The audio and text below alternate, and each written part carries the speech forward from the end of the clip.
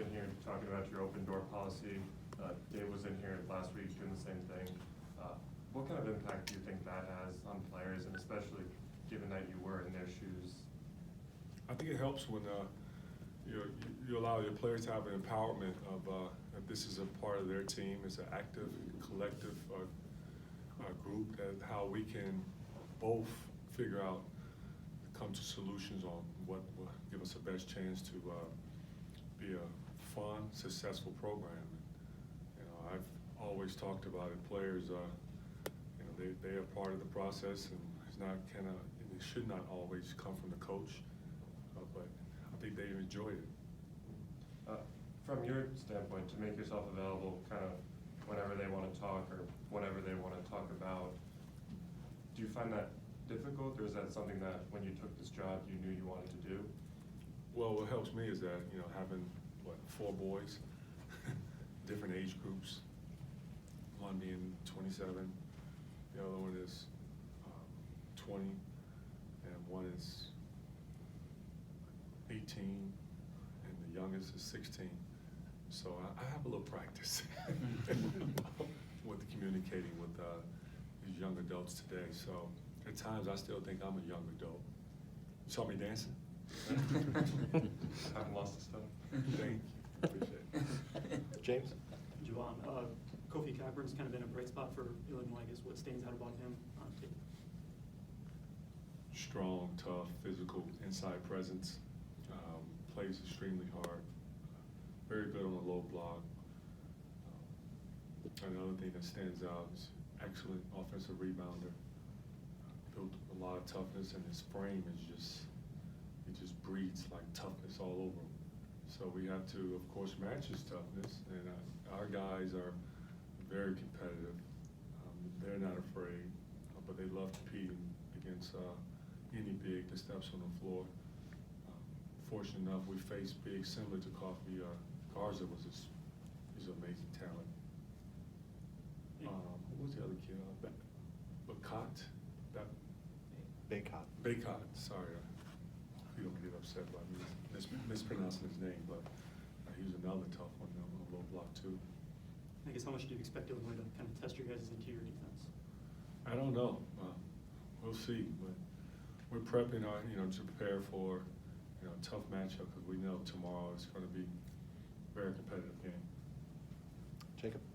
Yeah, Juwan. So Teskey was just sitting here talking about 10x communication. I was wondering what you could explain maybe the meaning of that phrase and how important that is for you guys. Well, we're all about over-communicating here. On the court, off the court. And don't want to leave anything untouched. Making sure that we all as a family are communicating no matter what it is. That no one is surprised by anything. So what exactly is that 10x referring to something, or? I just told you. Oh. All right. Xavier mentioned Howard's helped him a lot with this game this season. How have you seen their relationship grow and develop in the past half year? Oh, it's great to see the two of them. I mean, sometimes they're over there laughing and joking, and there are times when they are having their teaching moments, and both are headstrong kind of guys, but they both are very smart at their craft and super competitive. I know Howard, when he played, during the times when he played for Boston College as well as in the NBA, Howard was that tough-nosed competitor that people sometimes never recognized, but he always found a way to make an impact on the game. And there's a lot of similarities in both, so it's good to see that they both have hit it on very well with one another. Mm-hmm. And then from when you first saw Xavier play to where he is now, how have you seen this game change in that span? Well, I would probably say he's probably shooting the ball more from the outside than he has in the past. But other than that, I just see that he's always getting better and better, and he's always looking for ways to improve, and he's one of the hardest workers on the team. Down in front, John? A couple quick ones. First, where's Colin at in terms of being able to practice and play after getting popped? Oh, Colin, he'll suit up tomorrow night. Okay. And the other, you referenced the dancing. I wanted to ask you, as serious as this business is, and seriously as you take it, how do you find those moments to find the joy and share it with your guys? Well, at the end of the day, you have to have fun. And, I'm not taking I can be very serious, and I've seen where I've had serious moments with you guys, but I'm also the type of guy where I'm not taking life so serious either. So there's a balance to it. There are other coaches that have danced out there on the floor or danced in the locker room, and I know you guys have seen it because I've seen it. So it's nothing new. Andrew? Juwan, can you kind of take us through the halftime schedule, kind of what you do in those, 10, 15 minutes? I know it's not a lot of time, but as far as do you meet with your coaches first and then talk to your players, or what happens at halftime? You guys are fun. You guys want to know everything. And then you also want me to just tell the public everything, especially our opponents. I will just tell you this. We meet to see what we can do better to give our guys a nice chance to go out there and compete in the second half. As in your coaches or the players? Whatever you want to call it. And then one other thing, kind of related, just coaching in game. What have you found you enjoy the most about that experience? Everything. There's not one thing I can pinpoint to say that I favor one over the other. I enjoy it all. I'm a competitor. Ash? With X and John and a lot of those ball screen actions that have kind of been a staple point in the offense in past years and now in your offense as well, what have you seen from them, their connection on the court, and how important is that for a post player and a point guard to have that when you're running as many of those actions as you guys are? Well, they both are giving type of individuals, and they will do whatever they can to help the team. And I love the fact that they both are unselfish, but they have a mindset of a fierce competitor. John's, he doesn't show in his face, but he's a super competitive guy, competes, and that's why he's one of the best centers in college basketball. And X is one of the best point guards in basketball because they both share that level of competitiveness that our coaches love to have on their side. And I'm so fortunate enough I have them both, and they're in my locker room on my roster. But I just love the way how they just enjoy playing with one another, and their teammates enjoy playing with them. Back with Brendan? It's great to have two leaders like that. You talked about that, being a competitor in game when you're out there now as the head coach. There was a call in the Iowa game, I forget what it was, where you got pretty fired up. You kind of walked to the very end of the bench and looked, you had some water and kind of calmed down, came back in. I just wonder how you do deal with that, your emotions when you get angry. How are you kind of growing into being a head coach in that way? Well, I just need to cool off during that moment. That's why I grabbed the water. But yes, I am competitive, and I do, care, and I show emotions as well. I just thought at that moment I needed to be the most mentally stable individual at that time because I could have easily lost it, and it wouldn't have benefited our team at all. So, as the leader of the group, it's important that I can't allow a call or a disagreement from a referee get me rattled. But it was great to see that I had a staff as well as players that helped me, reel me back in and get me back into what was the most important thing. And I just coached the team and not be so concerned with what happened out there at that moment. Zach?